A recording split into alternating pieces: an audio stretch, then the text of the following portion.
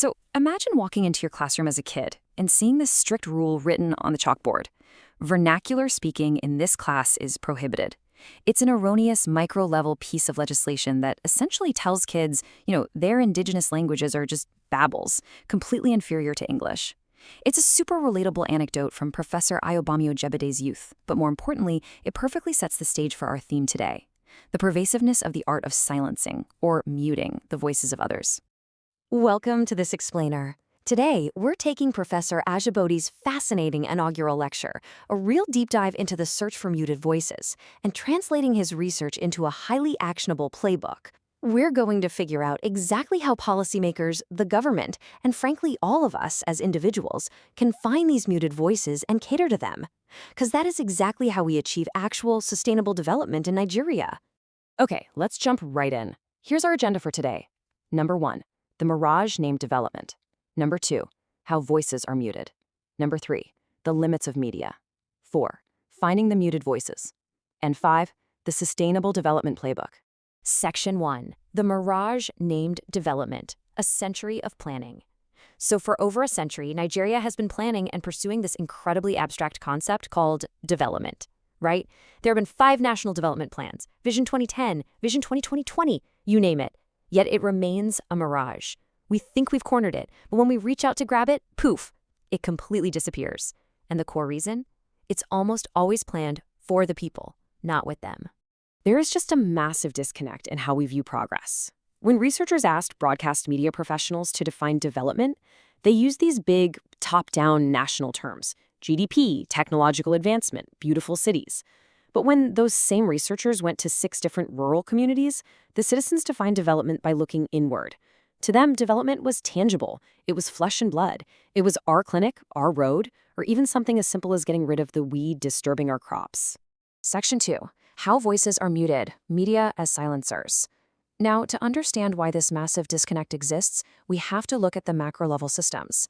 Specifically, we need to look at traditional mass media, which, unfortunately, actively collaborates with political and economic forces to silence the very grassroots communities they should be serving. Now, check out these stats.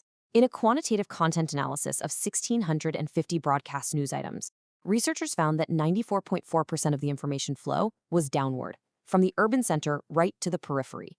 A mere 5.6% of news originated from rural areas. To put that into perspective, rural dwellers are overwhelmingly treated as passive objects to be spoken to, rather than subjects of communication. They're basically expected to hear, but absolutely not to speak. And even when rural areas do get covered, the narrative is completely skewed. The breakdown of victimization reported in the media shows a massive 59.3% of the coverage is dedicated to political victimization, followed by 34.6% for ethnic victimization. Meanwhile, economic victimization, which represents the true grassroots development needs of the people, is pushed entirely to the margins at just 6.2%. It's wild. So what's driving this? Well, since the deregulation of broadcasting back in 1992, competition for funds has been fierce. Stations are basically forced to prioritize revenue over public service. The author's research actually found that stations would literally tell protesting citizens to find something for diesel if they wanted their protest broadcast. They flat out stated, "Without money, we will not be on air." The news becomes commodified, and the citizens' voices, they remain completely muted. This brings us to Section 3, the limits of media, social media shortfalls.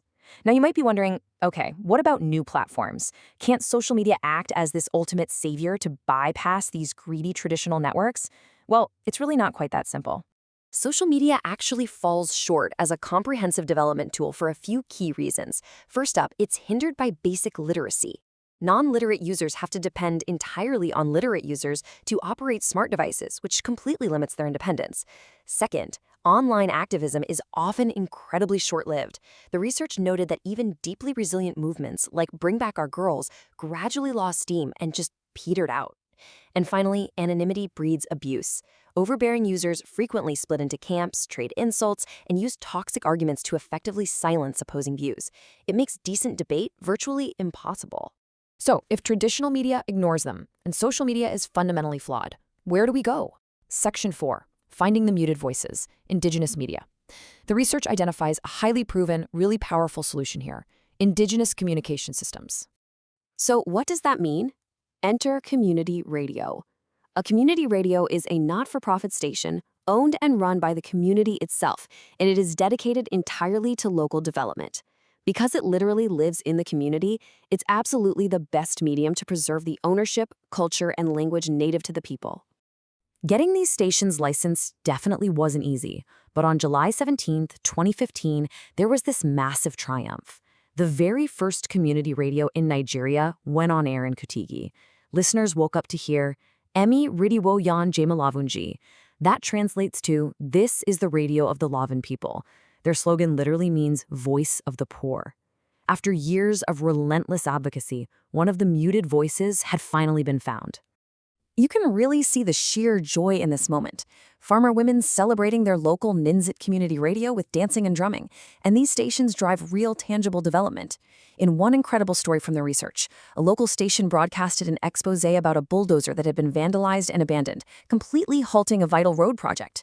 Well, the local government heard it, arrested the vandals, fixed the bulldozer, and within just weeks, hundreds of villagers could finally bring their produce to the market again. I mean, that is accountability in action. Seeing that kind of success leads us directly into our final section, Section 5, the Sustainable Development Playbook, a 4-part manual. Let's take all of Professor Ojebode's insights and lay out a really clear 4-part manual for action. Here are the 4 concluding directives to make participatory development a reality. Step 1, establish community media to serve as a rallying point. Step 2, civil society must nudge communities to help them organize and realize their own power. Step 3, we must nurture a culture of decent debate. And Step 4, we need to teach emancipatory speaking skills in schools. That means bringing back statewide debates in both English and indigenous languages. Now, let's break down exactly who is responsible for each piece of this playbook. Policymakers and the government, you're the ones who must establish and license the media. Civil society, you're responsible for nudging and organizing the grassroots. The education sector must revamp how we teach speaking skills. But look at that third line, nurturing debate. That target group is individuals. Actually, scratch that. It's not just individuals. It's you and me. Stopping the habit of shutting people down in arguments or using an intimidating title to silence a dissenting view, that is something every single one of us can start doing today. And that leaves us with this final provocative thought. The research is crystal clear. When a voice is silenced, their agency is compromised, their destiny is checkmated, and honestly, we are all the worse for it. So, if true sustainable development absolutely requires the voices of the people, I want you to reflect on your own interpersonal and institutional habits. Who are you currently muting? Thanks so much for joining me on this explainer, and I absolutely can't wait to guide you through our next topic.